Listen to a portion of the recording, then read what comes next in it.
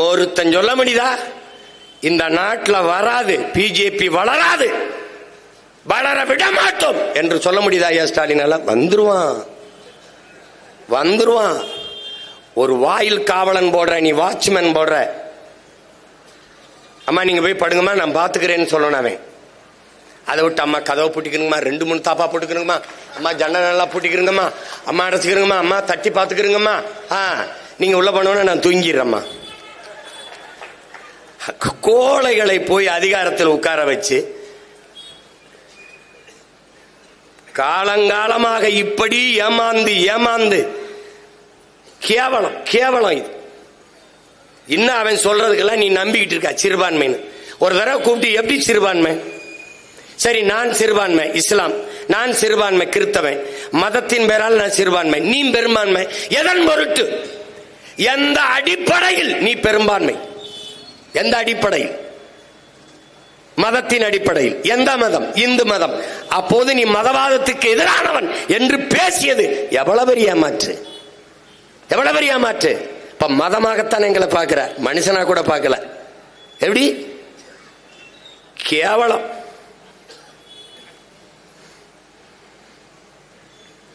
என்ன செய்யறதுன்னு எங்களுக்கும் தெரியல. இப்போ உங்க மகன் அதிகாரத்தில் இருந்தா, எங்க அண்ணன் சொல்றாரு தடா ரஹீம் அண்ணன், தம்பி சீமானா இருந்தா நான் அண்ணே இதுக்கு பதில் சொல்லிட்டு போங்கன்னு. அந்த நிலைக்கு நான் வச்சாதானே நீங்க இந்த கேள்வி கேட்க போறீங்க. ஒரு வெரி ஃபைன் மார்னிங், ஒரு அதிகாலையில கதவை தர எல்லாம் வெளியில வா, எவன் கத்துறானோ எவன் போராடணும் அனுமதி கூட ஓரமா இருந்து போராடிட்டு போ. ஏன் விட்டா, எதுக்கு விட்டாங்க? 4 நூற்றாண்டாக சிறையில் வாடுகிறார்கள். என்னுடைய தம்பி பகருதீன், அவன் அந்த அபுதாயிர் சிறுநீரக 2ம் பழுதாகி போச்சு. நான் போய் மருத்துவமனையில் பார்க்கும்போது என்கிட்ட சொல்றான் பாருங்க, அவனுக்கு பேச்சு வரல. அப்ப கிட்ட போய் நான் கேட்கிறேன், அவன் மருத்துவமனையில் இறந்துட்டாப்ல, அந்த உயிர் 2 சிறுநீரகமும் இயங்கல, உடல் சுத்தமா நலிவிட்டு போச்சு, மரணத்தை நெருங்கிட்டான். அப்பவாவது அவனை விடுதலை செஞ்சு வீட்டில் போய் அவன் உயிர் போறதுக்கு அனுமதிக்கல. அவன் மவுத்து அங்க நடக்கல. இந்த கோரை உள்ளம் கொண்டவன் நல்லது செய்வான்னு நம்பிட்டு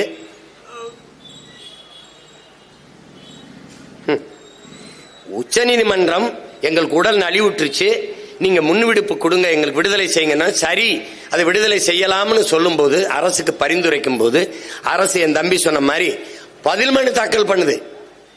எந்த மனநிலையில் உள்ளே சென்றார்களோ அதே மனநிலையில் தான் இன்னும் இருக்கிறார்கள். வெளியில வந்தால் இங்கே இருக்கிற இந்து மத தலைவர்களுக்கு உயிருக்கு ஆபத்து என்று யார் சொல்றார்? இதே இஸ்லாமிய மக்கள், சிறுபான்மை மக்களின் பாதுகாவலர் அரசு தான் சொல்லுது. அவர்கள் உங்களை பாதுகாப்பு என்று சொன்னது சிறைக்குள் வைத்து 4 நூற்றாண்டாக பத்திரமா பாதுகாக்கிறோம். அவர்கள் விடுதலை என்பது செத்து நீங்க உயிர் போற விடுதலை இருக்குல்ல, அந்த விடுதலை தான் அவர்கள் சொல்கிறார்கள். என்றைக்கு நீங்கள் இதை புரிந்து கொண்டு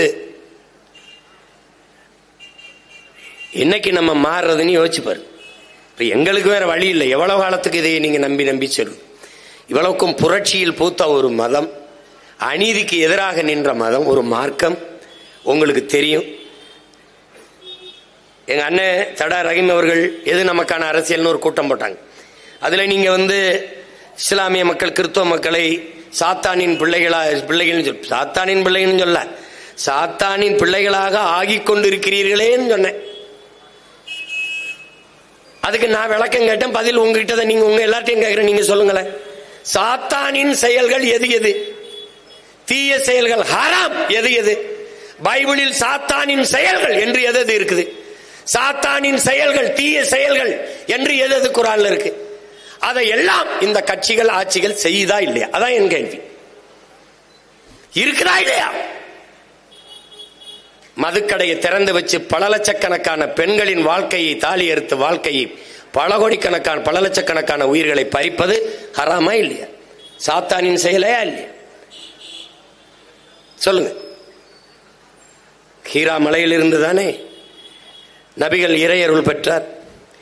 அந்த மலையை வெட்டி கல்குவாரின் கொண்டு போறான். லட்சம் 1000 பிரசங்கங்களை, மலை பிரசங்கங்களை செஞ்சார் இறைமகன் இயேசு. அந்த மலையை வெட்டி கொண்டு போறான். குன்றிருக்கும் இடமெல்லாம் குமரன் இருக்கும் இடமெல்லாம் அந்த மலையை தான் குவாரி மலை மணல்னு நொறுக்கி கொண்டு போறான். ஏன் நீங்க கேட்கல? அது சாத்தானின் செயல் இல்லை. மணலை அள்ளி விற்பது, மலையை நொறுக்கி விற்பது, காடுகளை வெட்டி அழிப்பது, நீரை உறிஞ்சி விற்பது. ஒரு நீர் மனித உயிர்களுக்கு மட்டுமானதா? உலக உயிர்களுக்கு இல்லையா? காக்கைக்கு இல்லையா? கொக்குக்கு இல்லையா? குருவிக்கு இல்லையா? புல்லுக்கு இல்லையா? பூண்டுக்கு இல்லையா?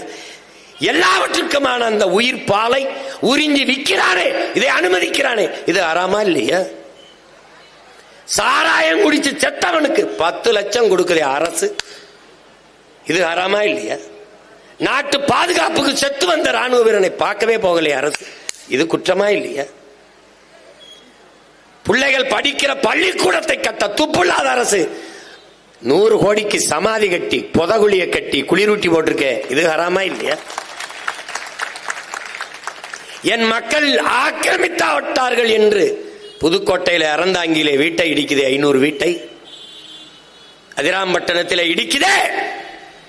அப்ப உலக புகழ்பெற்ற 2வது கடற்கரையை ஆக்கிரமிச்சு சமாதி கட்டியிருக்கே, இது கடற்கரை ஆக்கிரமிப்பு இல்லையா? அதை அவன் இடிப்பான், இவன் இடிப்பான், வருவான் இடிப்பான். இது ஆக்கிரமிப்பு இல்லையா? இது ஹராம் இல்லையா? ஊழல் லஞ்சத்தில் ஊறி திளைக்கிறார்களே, ஊழல் லஞ்சம் பெறுபவனின் மீது இறைவனின் சாபம் உண்டாவதாக என்று நபிகள் சபிக்கிறார்களே. நீங்கள் ஊழல் லஞ்சம் செய்கிறீர்கள் என்று சொல்லவில்லை, ஆனால் செய்கிறவர்களுக்கு துணை நிற்கிறீர்களே, அந்த சாபம் உங்களுக்கு படருமா இல்லையா?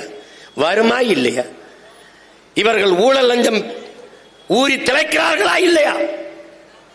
திளைக்கிறார்களே அல்ல. கொலை கொள்ளை இந்த நாட்டில் தினந்தோறும் நடக்குதா இல்லையா? சகிக்க முடியாத ஹராம்.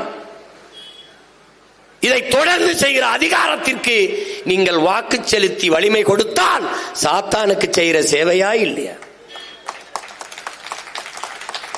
இது எப்படி?